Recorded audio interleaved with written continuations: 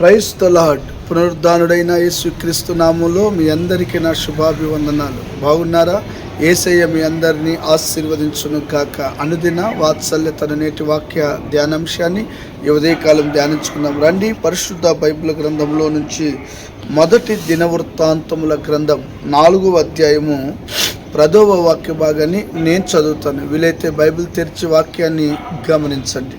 యెబెజు ఇశ్రాయేలీయుల దేవుని గురించి మొరపెట్టి, నీవు నన్ను నిశ్చయముగా ఆశీర్వదించి నా సరిహద్దులను విశాలపరిచి నీ చెయ్యి నాకు తోడుగా ఉండ దయచేసి నాకు కీడు రాకుండా దానిలో నుండి నన్ను తప్పించుమని ప్రార్థించగా దేవుడు అతను చేసిన దానిని అతనికి దయచేసెను.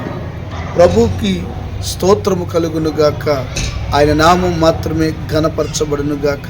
దైవజనమా, చదవబడిన ఈ వాక్య భాగంలో నుంచి ప్రభుల వారు మీతోనూ మీ కుటుంబంతోనూ ఈ ఉదయకాలం ఒక చక్కటి మాటను ప్రస్తావిస్తూ అంటాడు.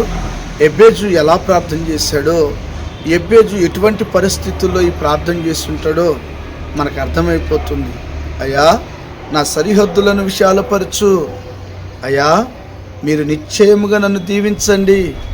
అయ్యా, నా ప్రార్థన మీరు అంగీకరించండి. ఏమండి, ఒక ఆక్రాందనతో చేస్తున్న ప్రార్థనలా అనిపిస్తుంది కదూ. నిజమే, తన బాధ గగనము ఆకాశము కంటుకున్నట్టుందండి. ఏమండి, మీరు ఆలోచన చేయండి. దేనిని గురించి యెబెజు మొరపెట్టాడో దేవుడంట అతని మనవి అంగీకరించి కార్యాన్ని జరిగించాడు. ఈ వాక్యం వింటున్న మీతోనే ప్రభు మాట్లాడుతూ ఉన్నాడు. ఆయన ఎవరో తెలుసా? నీవు మొరపెట్టగలిగితే ఖచ్చితంగా ఫలమిస్తాడు. ఆయన ఎవరో తెలుసా? నీ సరిహద్దులను విశాలపరుస్తాడు. ఆయన ఎవరో తెలుసా? నీ వ్యాపారాన్ని అభివృద్ధి పరుస్తాడు. ఆయన ఎవరో తెలుసా? నీ వెళుతున్న ప్రతి చోట చీకటి కార్యాలను లయపరిచి నీ మార్గములు సరళం చేస్తాడు. అయితే నీ ప్రార్థన ఒక రోషం కలిగిన ప్రార్థన అయి ఉండాలి. నీ ప్రార్థన ఒక పట్టుదల కలిగిన ప్రార్థన అయి ఉండాలి. నీ ప్రార్థన నిశ్చయముగా నువ్వు నన్ను ఆశీర్వదించు అని ఖచ్చితంగా అడిగే ప్రార్థన అయి ఉండాలి. ఈ రోజున నామకీయ వాస్తు అన్నట్లుగా చాలామంది ప్రార్థన చేస్తున్నారు. ఎన్నో ఏళ్ల తరబడి ప్రార్థన చేస్తున్నారు, కానీ కార్యం జరగటం లేదు కదా. ఏవండి, ఆలోచించండి. ఇప్పుడైనా ఈ వాక్యం విన్న తర్వాత అయినా నీ జీవితంలో ఒక బలమైన కార్యం దేవుడు చేయాలనంటే మీరేం చేయాలో తెలుసా? పట్టుదల కలిగి, ఆసక్తి కలిగి, రోషం కలిగి ప్రార్థన చేయాలి. ఏమండి, మీకు ఒక తల్లిగారు బైబిల్లో తెలుసు కదా, విసుకక నిత్యము ప్రార్థన చేయుచుండవలెనను అనుటకు ఆయన ఒక ఉపమానం చెప్పాడు అక్కడ. ఏమండి, ఒకానొక పట్టణంలో ఒక అన్యాయస్తుడు ఉన్నాడట. ఆ అన్యాయస్తుడి దగ్గరికి తరచుగా ఈ తల్లి వెళుతూ ఉంటే, అమ్మా రేపు రాపో, మళ్ళా రేపు వెళ్తే 10 రోజులు ఆగిరాపో, మరలా 10 రోజులు ఆగి వెళ్ళి మరలా కలిస్తే ఒక నెల ఆగిరాపో, ఇలాగూ తరచు ఆయన ఎప్పుడు చెప్తుంటే అప్పుడు ఆమె విసుగు చెందకుండా వెళ్ళింది. ఈ రోజున విసుగు చెందుతున్నారండి. ప్రార్థన అనగా అంటే విసుగు, ప్రార్థన అనగానే చిరాకు, మొరపెట్టడం అంటేనే బాధ. అసలు దేనికైనా సమయం ఉంది, కానీ ఈ రోజున ప్రార్థనకి సమయం లేదు. ఈ అపవాది అనే సాతానుగాడు ప్రతి వ్యక్తిని దాడి చేస్తూ ఉన్నాడు. నేనంట ఆ తల్లి, ఆ విధవరాలు ఎలాగూ విసుగు చెందకుండా అన్యాయస్తుడైన న్యాయాధిపతి దగ్గరికి వెళ్ళిందో, ఈ వాక్యం వింటున్న నీవు కూడా, మీరు కూడా దేవుని పాదాలు పట్టుకొని యెబెజు ఎలా ప్రార్థన చేశాడు? నన్ను ఆశీర్వదించు, నన్ను ఆశీర్వదించు, నిశ్చయముగా నా సరిహద్దులు విశాలపరచు.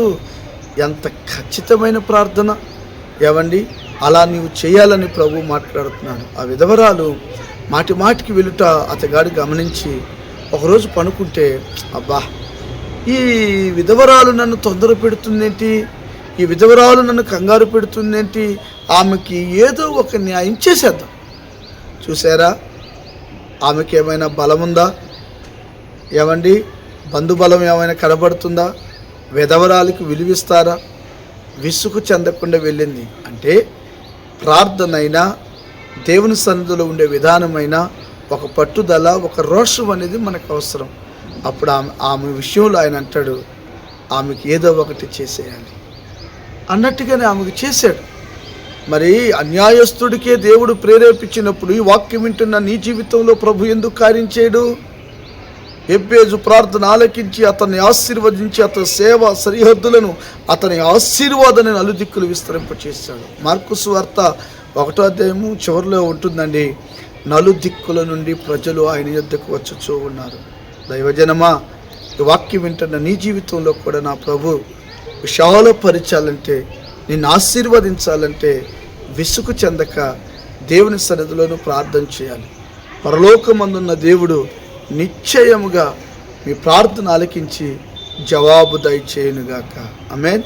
తలలు వంచండి. చిన్న ప్రార్థన. ప్రేమ కలిగిన మహాపరిశుద్ధుడైన దేవా, మా పితరులకు దేవుడవై ఎబ్బేజుకు దేవుడవై ఆలకించిన తండ్రి, మా అందరి ప్రార్థనలు ఆలకించి అట్టి ప్రార్థనగా మార్చి సహాయం చేయండి. యేసు నామమున అడిగి పొంది ఉన్నాము తండ్రి. ఆమేన్. Thank you. God bless you. ప్రభు మిమ్మల్ని దీవించునుగాక, విశాలపరచునుగాక.